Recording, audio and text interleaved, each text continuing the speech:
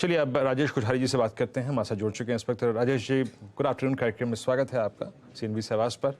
राजेश जी, आज औपचारिक तौर पे नंबर्स के साथ HCL टेक्नोलॉजीज और TCS के नंबर्स के साथ इस अर्निंग सीजन का शुभारंभ हो जाएगा।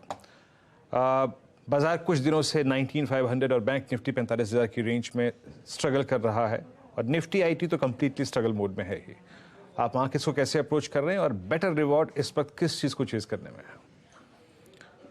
क्लियरली जो कंपनीज की रिजल्ट सीजन जो है वो फंडामेंटल्स जो सबसे इम्पोर्टेंट है कोई भी मार्केट के लिए, वो तय करती है कि बाजार आगे कैसा रहेगा।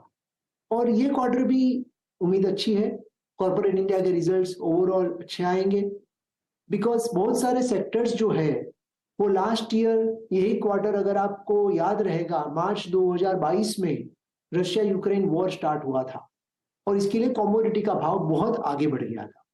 तो ये क्वार्टर जो अपना है, जो आगे के करीब शायद और 1 से 2 quarter gross margins we will see improvement क्योंकि inflation is cooling down. So that will be the first most important thing. Second बहुत बड़ी इंपॉर्टेंट चीज ये है कि बहुत सारे सेक्टर्स में demand growth is going to be very strong, so आपके रेवेन्यू ग्रोथ भी अच्छे रहेंगे। ऑफ कोर्स 2-3 सेक्टर ऐसे भी रहेगा, जैसा आपने कहा IT सेक्टर, जहां पे डिमांड स्लो डाउन रहेगा और इसके लिए शायद उनके रिजल्ट इतने अच्छे नहीं आएंगे, लेकिन वो शायद पूरी मार्केट को पता है, तो it is not like nothing new kind of thing. But overall if you ask my personal view, then market में कॉर्पोरेट इंडिया के results are likely to be reasonably good numbers for this quarter. Okay, reasonably good quarters for this number. अच्छा, मैं sir एकदम से थोड़ा सा ना यहाँ पे विषय चेंज कर रहा हूँ। सडनली मैं एक ऐसे स्पेस पे आ रहा हूँ जिस पे अमूमन हम शायद बातचीत के क्रम में मिड में करते हैं, आखिरी में करते हैं, और एक ऐसा इंडेक्स और ऐसे ग्रुप ऑफ स्टॉक्स जिसको लेकर बाजार एक धारणा नहीं बना पाया और लगभग 70% लोग गलत थे, और वो था मेटल्स को सब ये कह रहे थे कि एक साइकिल इज ओवर, अब मेटल्स को अलविदा कह दीजिए। और आज भी JSW steel, JSPL all time high पे खड़े हैं। मेटल्स पे आपकी राय क्या है? जब कैपिटल गुड्स काफ़ी अच्छा कर रहा है, जब सीमेंट ऑल टाइम हाई पे ट्रेड कर रहा है, तो ऑटो ऑल टाइम हाई पे ट्रेड कर रहा है, मेटल्स पे आपका व्यू क्या है इस वक्त? कैसे अप्रोच करेंगे आप मेटल्स को? देखिए, मेटल्स एज ए सेक्टर हम इन्वेस्ट नहीं करते हैं क्योंकि मेटल्स में 2-3 इंपॉर्टेंट चीजें जहां पे as a fund manager you can not predict. The first most important is metals prices are not decided by only demand and supply, पर डिमांड एंड सप्लाई के ऊपर भी उसमें 2-3 अलग अलग परिबड़ होते हैं, जैसे कि करेंसी इंपैक्ट, जैसे कि क्रूड ऑयल इंपैक्ट, जैसे कि ग्लोबल ट्रेड बैरियर्स। तो ये जो 3 चीजें हैं वो प्रेडिक्ट करना बहुत मुश्किल होता है और इसके लिए हम मेटल स्टॉक्स में इन्वेस्ट नहीं करते। But having said that, I think what is happening is there are many other opportunities in India and therefore अगर आप मेटल स्टॉक में इन्वेस्ट ना भी करें तो ये बहुत बड़ा कुछ आपका नुकसान नहीं होता है कि बहुत बड़ा कोई अपॉर्चुनिटी मिस नहीं होता है। So with a lower risk higher alpha, high returns की बेसिकली हमारी कोशिश जो रहती है, that's what it is in line with that, so we don't invest in metal stocks. Metal से आप दूर हैं, लेकिन आपकी अच्छी खासी पकड़ बैंक्स और फाइनेंशियल सर्विसेज में है। अब तक जिस तरह का एनवायरनमेंट हमने देखा है इंटरेस्ट रेट्स का, और जो पॉज अब आया है अर्निंग्स के लिहाज से, Q4 में हमने देखा था वो अर्निंग्स पे साफ हो गया था, सिचुएशन काफी मजबूत थी। क्या उससे और ज्यादा बेहतरी देखने को मिलेगी Q1 के नंबर्स में, राजेश? और किस तरह के NBFCs या बैंक्स पर आप ज्यादा बायस रखना चाहेंगे इन टर्म्स ऑफ नया निवेश? अर्निंग्स पर्सपेक्टिव YOY बेसिस पे अगर आप देखेंगे तो अर्निंग्स अभी भी रीजनेबली स्ट्रांग दिखेगा। क्वार्टर ऑन क्वार्टर आप देख नहीं सकते बैंकिंग फाइनेंस में, क्योंकि फोर्थ क्वार्टर जो फाइनेंशियल ईयर एंड का फोर्थ क्वार्टर होता है, मार्च क्वार्टर होता है, वो कभी भी सबसे बहुत बड़ा हेवी होता है, तो उससे ऊपर कोई बहुत बड़ा ग्रोथ नहीं आता है। लेकिन YOY बेसिस पे ये क्वार्टर भी ग्रोथ स्ट्रांग रहेगा। बैंकिंग सेक्टर में सबसे इंपॉर्टेंट बात यह है कि नॉन फूड क्रेडिट ग्रोथ जो है वो स्ट्रांग डबल डिजिट लगातार चल रहा है।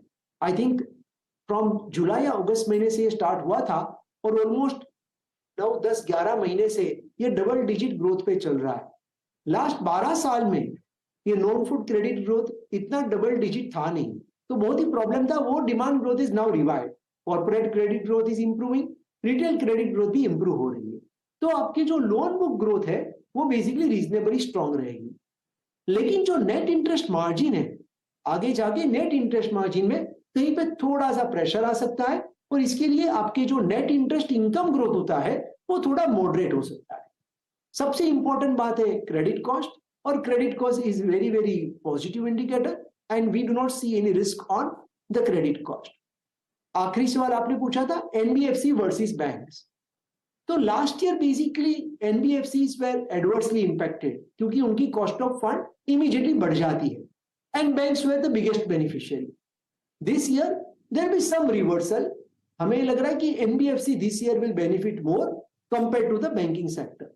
So within our portfolio we are very bullish on overall banking and finance, लेकिन उसके अंदर हम एनबीएफसी पे थोड़ा ज्यादा पॉजिटिव है compare to last year. Largely NBFCs का एक बेहतर समय आता हुआ दिखाई देगा। इनफैक्ट आपसे लास्ट टाइम जब बातचीत की थी आपने क्रेडिट साइकिल पर कहा था कि फोकस रखना चाहिए, कैपेक्स पर फोकस रखना चाहिए और कंजम्पशन थीम पर भी फोकस रखना चाहिए। Coming to the consumption theme, Rajesh, इस समय कहां पर आपको ज्यादा बेहतर ट्रेड्स आइडेंटिफाई हुए हैं? कुछ आप लोगों ने अपने पोर्टफोलियो में नया विद ड्यू डिस्क्लोजर ऐड किया है तो वो भी बताएं। कंजम्पशन में दो चीज होने वाली है।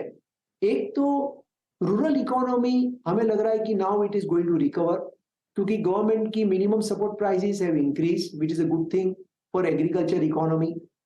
सो rural demand is which was impacted significantly.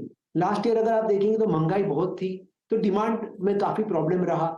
ये साल एमएसपी अच्छी रहेगी और इन्फ्लेशन भी कूलिंग डाउन हो रहा है, तो ओवरऑल रूरल इकोनॉमी हमें लग रहा है कि is going to be better compare to last year. Because of that we expect कि रेवेन्यू ग्रोथ भी आगे चल के अच्छा हो जाएगा कंपेयर टू FY23 जो थोड़ा म्यूटेड रहा। दूसरा सबसे बड़ा प्रॉब्लम था लास्ट ईयर कंज्यूमर सेक्टर में कि कमोडिटी प्राइस बढ़ जाने की वजह से ग्रॉस मार्जिन्स में कॉन्ट्रैक्शन था। ये साल एग्जैक्टली रिवर्स होएगा because commodity cycles have come down. Whether you look at crude oil prices, whether you look at any raw material for the FMCG consumer, most of them, 85 to 90% of that basket, the prices have reduced. तो उसकी वजह से gross margin में आपको expansion मिलेगा।